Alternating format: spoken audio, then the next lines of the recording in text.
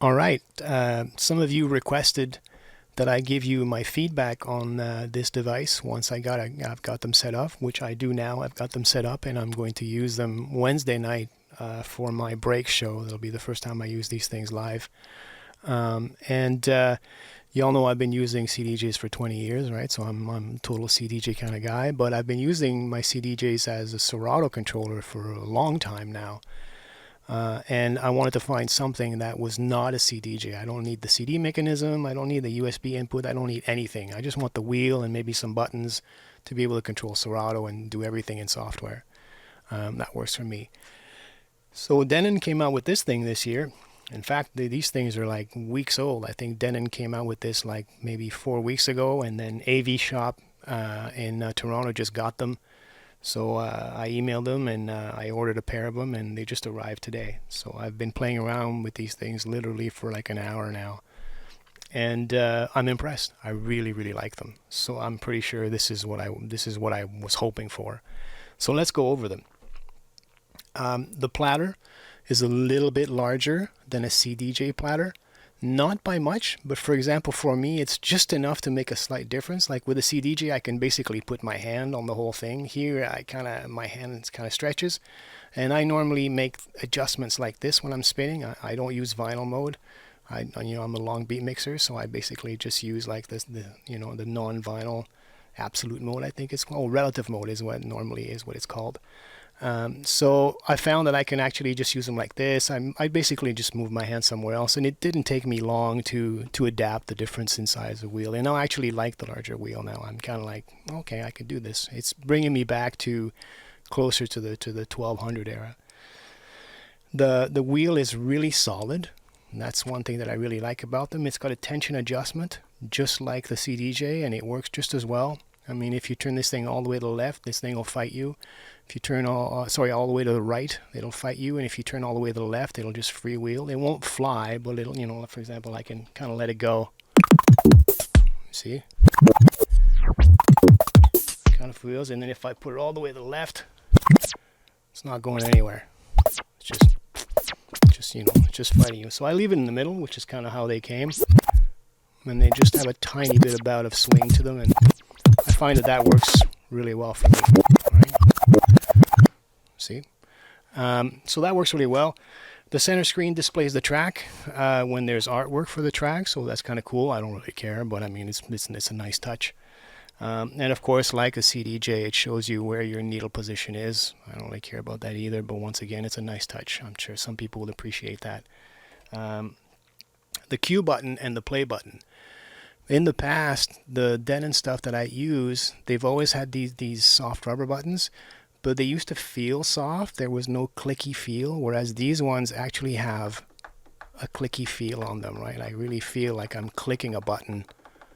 I think you might be able to hear it, right? It feels closer. It's a harder button. It's still rubber, which is fine, but it feels harder, and you get a click. And you feel it. So I like that. I much prefer the CDJ Pioneer style click to any type of rubber button. I'm usually not a big fan of soft rubber buttons where you push it but you're not really sure. The light's the only real thing that tells you whether the thing's on or off. These ones, they all feel that way. So I think that's really cool. Let's get her going. Actually, hold on here. Let's play a track here. All right, you got a track. Works just like any other CDJ, right? I mean, you've got Q, and then once you're in Q mode, you can move up to my beat. You're gonna go right up to the beat here, and then I hit Q. It moves my Q point, and now here I am. I can start from there. And if I go back, brings me back to that point. So setting up a Q point is super fast. That's great because sometimes when you're at a club, you don't have time to mess around. You want to get to that point really fast. Set up a Q. If you don't have it set up already, it happens. And then you can do it that way. Play pause, obviously. Pretty straightforward what it does. The wheel. See, I'm going a little bit faster. Now I'm going a little bit slower. Feels to me so far, like I said, I played an hour. It feels exactly like a CDJ. I couldn't tell the difference with the way the CDJ bends and then this bends. No problem whatsoever. Feels really nice. The advantage, I don't know if it's an advantage, but the Denons have this extra thing for some guys, which is actually, this is a holdover from their first CD players from like the mid-90s, which were basically a rack mount unit with just like this hardware controller. You have bend buttons.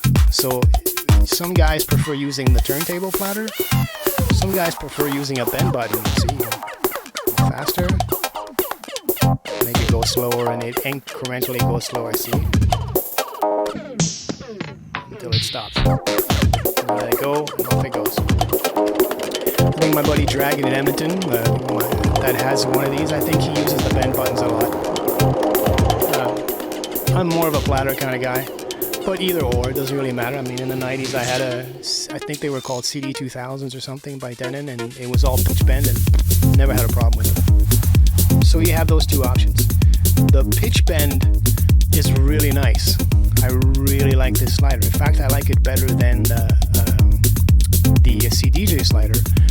There's nothing wrong with the CDJ slider. I'm a total fan of Pioneer gear, so there's anything I say which is like better or whatever, I'm not knocking Pioneer gear whatsoever. I love that stuff. But I was really impressed by this because this feels a little bit tighter, and it reminds me a little bit more of a 1200 slider than a CDJ slider. The CDJ slider is not going to slide around, but you know, you can move it around pretty easily. This guy, there's a little bit of resistance, so you get that kind of like, you know, old school 1200 feel. There's no click in the center.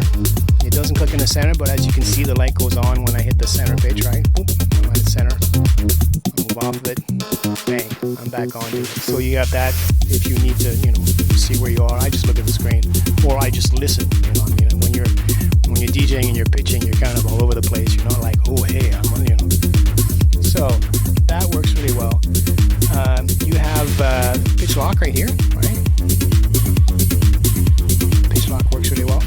I use pitch lock, for example, when I spin my jack in house stuff, because when I do jack in house, for example, on Sundays, when I do the Cinzano character and I'm playing jack in house, I play that stuff at 130, but I pitch lock it because I don't want it to sound like Mickey Mouse. I don't want the vocal. Sometimes I'll find stuff at like 122 or 120 and I'll jack it up to like 130, so let's get that super swingy fast feel, but I want the vocals to stay on, right? So this works fine, just like a CDJ, no problem. You have a sync button, the dreaded sync button that everybody loves to hate. I don't use sync. As you can see, it's disabled in Serato. I do appreciate that it's useful for stuff like routines, or guys who want to mix multiple decks and want to try and do some sound effect stuff on top, or do some stems mixing, all sorts of stuff like that. I can see it being useful as far as those kind of situations are concerned. But if you're just going back and forth from one deck to the next, you should be DJing. Don't use sync unless you're learning or you're really inebriated. You know, I don't know though. When I'm drunk, I spin better. I will go. So the sync button is there, should you want to use it or not. There's another little button. There's a button called Master that I haven't used yet, so I'm not sure what that does. I'm gonna have to get back to you guys on that, what the Master button does, because on my deck here it's not active. So obviously it's doing something that I don't use. There's vinyl mode, of course, right? You can set up vinyl, and that works just as well as you would think it would. And the Denon decks, CDJ decks, those two companies have that down. There's no problems whatsoever. Anybody who can do a routine on a pair of CDJs can do a routine on a pair of Denon decks. Their quality, so you know, I stand by that when I say that. If you can't do a routine on a pair of Denon decks, it's not the gear, man, it's you. Same thing with CDJs. They're solid machines, 2000s or whatever these things. You have looping. Actually, hold on, let's move up the deck here. We have the library functions here. So the library is pretty straightforward, right? You have this button here, you go up and down your library, up and down, right? This is the back button that takes you out of library. Now you can't see it because I've got it covered by the CDJs, but basically I'm going through my folders.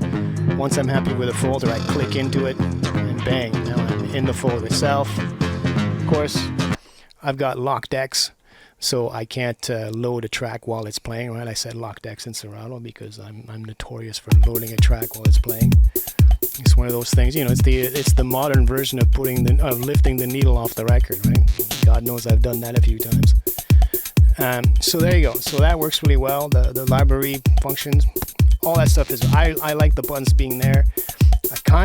This is going to be just a little personal thing. I wish these guys and everybody else would actually mirror those. I wish there was another set of buttons on this side, identical to these guys, because when I'm reaching for my left deck, I've got, you know, I can reach it no problem. But if I'm reaching for my right deck to go for library, I actually have to kind of stretch over a little more. All right.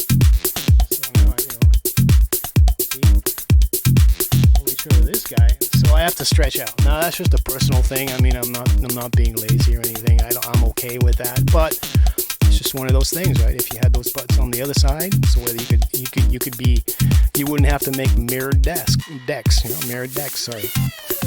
So that's one of those things. On top here, you've got this guy. You guys who are CDJ users, you know exactly what this is. I never use this thing. In fact, it scares the living hell out of me. I wish I could like cover this thing live, because I'm always terrified that some wonderful individual is going to walk over, you know, completely inebriated and go, "Hey man, what is this?" And then you start crying in front of your audience because of what this guy did. So I'm not a big fan of that. I wish I could disable it. There's no way to disable it that I can see. So I'll have to see if maybe I can assign a button or something. I don't know. Or maybe in Serato I can disable it. Not a big fan. But it's there and it functions really well. Like here at home, sure, no problem. I can go through stuff. But I kind of know my music, so I don't really go through it that way. And over on this side here, this little button right here, this is the loop button. So there's two ways to loop on the LC-6000. So I'm going to show you the first way to do loops. If you look at the Serato interface, while I turn this wheel, you're going to see that I can go through the loops. Right? Watch, see? I can choose. So I basically choose the loop I want. Bang. Right? I'm going to go to this one. Bang. Here I am. And then I can change them and let it go. Right? So that's kind of cool. So that's one way to do loops. Now you've got over here, you've got manual in and out, so you can actually set a point in. See, it starts drawing blue. I just made a manual loop. Now, of course, when you hit the button again, you're out.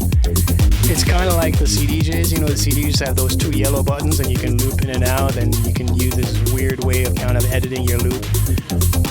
In practice, it seems like a good idea, but in functions, I've personally have never heard a DJ successfully use manual looping on his DJ, so I don't see why that would happen on here. I mean, I'm sure if you're lucky, you can be like, "Oh, hey, I nailed it." If you nailed it, you might as well use the auto loop function, because it's going to get it every time. So I go here, bang. I don't have to worry about it. It's on. So I don't know, but it's there. Should you want to make a manual loop of sorts, go for it. It's right there. Underneath there, we have the it says sensor. I haven't quite figured out why yet. I have to look at the manual again. I didn't see in the manual anything. It says sensor on it, but it's actually the reverse button. So if I hit it, I go backwards and then let it go. It goes forward again. If I want this button to stay on, I hit shift. Now it's on. It'll go backwards as long as I want it to. Right, and then I hit shift again, and I'm out of there. So you can go backwards. It's a little bit different than the CDJs where you just have a switch, right? CDJ, you switch it on, switch it off. Different. I mean, for the amount of times that I've used the reverse function, I mean, I did it a few times at the club just to show off for 5 minutes, or, you know. But I mean, in general, I never use that thing. You have your track forward and track backwards, right? Obviously the track is playing right now and I've got locked X, so you can't go forward or backwards. But for example, if I didn't have locked X, I would hit forward and it would just jump to the next track in the library. So you can kind of cue tracks, you know, if you're at home or you're setting up a set. You know, or you don't want to use the library, you don't want to use this little wheelie button, you just bang, bang, bang, bang, bang, forward to backwards, that kind of thing. You have this beat jump button here. That's kind of cool. See, I can go backwards. It's kind of like a mini loop. The cool thing about it is that if you go fast enough, you can actually start going backwards in the track super fast. Watch.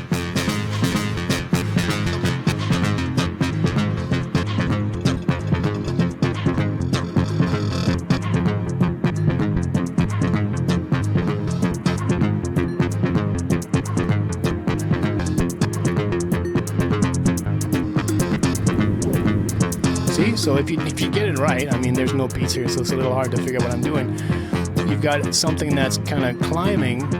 You can actually slightly start going backwards into the song and bring it back down again and bring it up again, bring it back down again. So it's not reverse, but it's slowly going to the beat before and the beat before and the beat before and the beat before and the beat before. So you can actually go backwards, right?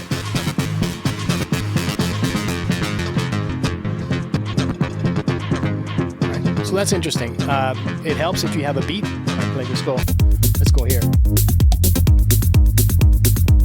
Now I'm on the beat, right? If I go twice as fast as the beat,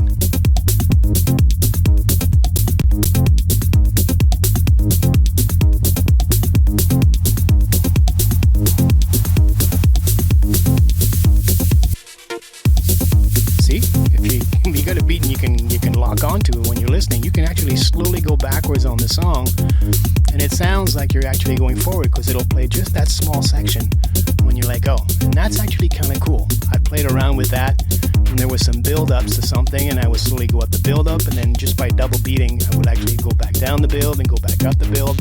I thought that was a really neat function. You can also go forwards, obviously, and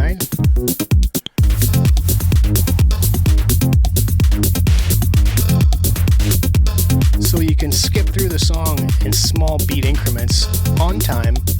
And that's going to be a cool trick, depending on what you're playing and what part of your set you're into. So now let's go to these things here. These things are super cool. Okay, I've always wanted to have some assignable buttons for hotkeys, loops, rolls, sliders, that kind of thing. But so far they were either placed directly on the mixer, and I really don't like that. I'm not interested in having these extra buttons on the mixer. On the mixer, I want to mix. And the CDJs, I don't really like where they put the hotkey buttons way up on the side here and other places. I've never been a big fan of the layouts. It turns out with these guys down here, I like that. It's not in the way because I don't put my hand on the CDJ. I stand up, right, when I'm spinning, so I'm going down. So there's no way for me to actually hit those things. So they're not in the way whatsoever, but they're close. And it's really ergonomic. I put my hands out and I can get to these things, So after a while, I'll get muscle memory going and I'll know exactly where I am without even looking. I'll just be able to look once and then bang, bang, bang. So what do we have? Well, we got hotkeys, right? Hotkeys are simple. Like, let's say I'm in hotkey right now. You see it went yellow, so now it's active in hotkey, and I basically set up some hotkeys, right? Bang, here's a hotkey. Bang, here's another hotkey. Bang, bang, here's another one. Here's another one.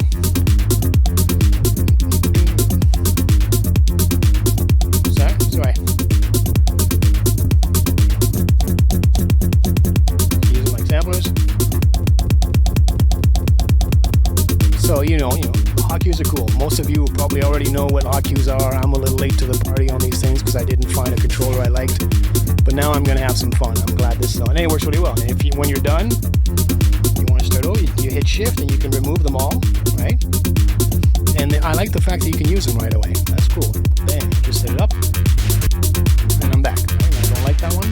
Take it. So shift, take it out.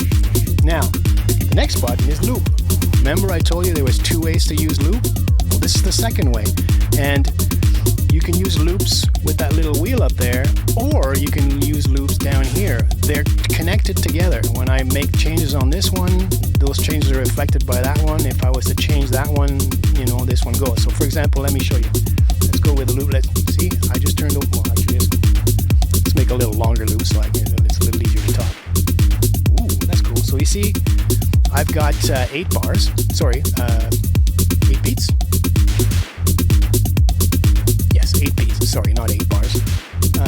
And as you can see, this little light is on. So I've got them all in blue and then the light blue, so I kind of know where I am. I can go to the next one, this one lights up. I got 4 beats, right? I got 2 beats. I got a single beat. So, you know, and then if I want to hit the next one, the 32s are over here. See, now I'm 30. I moved over. So it doesn't show you all of them, but you can use these 2 sliders here and you can go back and forth. The cool thing, see this light? Pay attention to this light. I'm going to change this guy over here. As I do that, you can see the light is moving up in the loop section at the bottom. So it moves in Serato, it moves down there. These 2 loop systems, they work as one. And that's really cool. So depending on your style of looping, your style of how you want to touch things, for example, I would probably use these a lot more because when I was DJing at the club up until now, I made my own controller for looping. I had this guy here. This guy here, right? Which basically has a whole bunch of buttons on it, and I had my loop control from this deck and my loop control for the other deck on this side, right? And I would use that as a loop controller. I'm in my own because I was a lot happier with that. And this is closer to how I'm used to using these things. So this is really cool.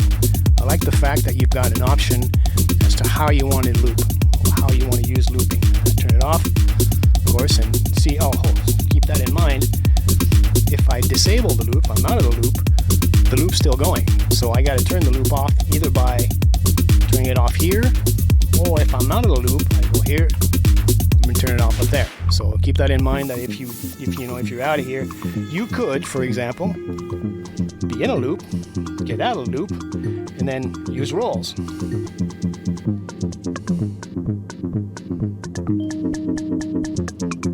Loop.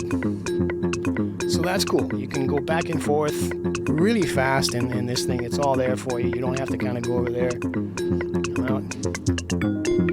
Rolls. So rolls, which is the next button over here. Rolls are basically like a loop that doesn't stick. So for example, you loop it as long as you hold it. So for example, this is like, this is a 16 bar roll. Sorry, 16 beat. This is 8 beats. This is 4 beats. This is 2 beats. This is 1 beat. Right? Holds up. So you can do these effects while you're playing live. It's a good idea to show you this button here while I'm doing that. See this little button right here? That's the slip button. So you put Serato in the slip mode, for example.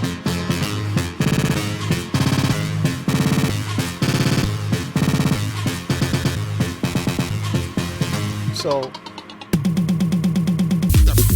right, the track, you do your thing, your slip, or your roll or whatever, the track's still going underneath.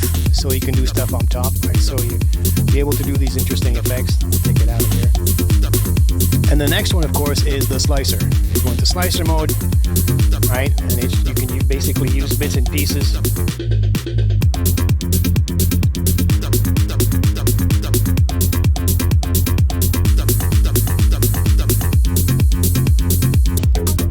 Very impressed with these. They work fine.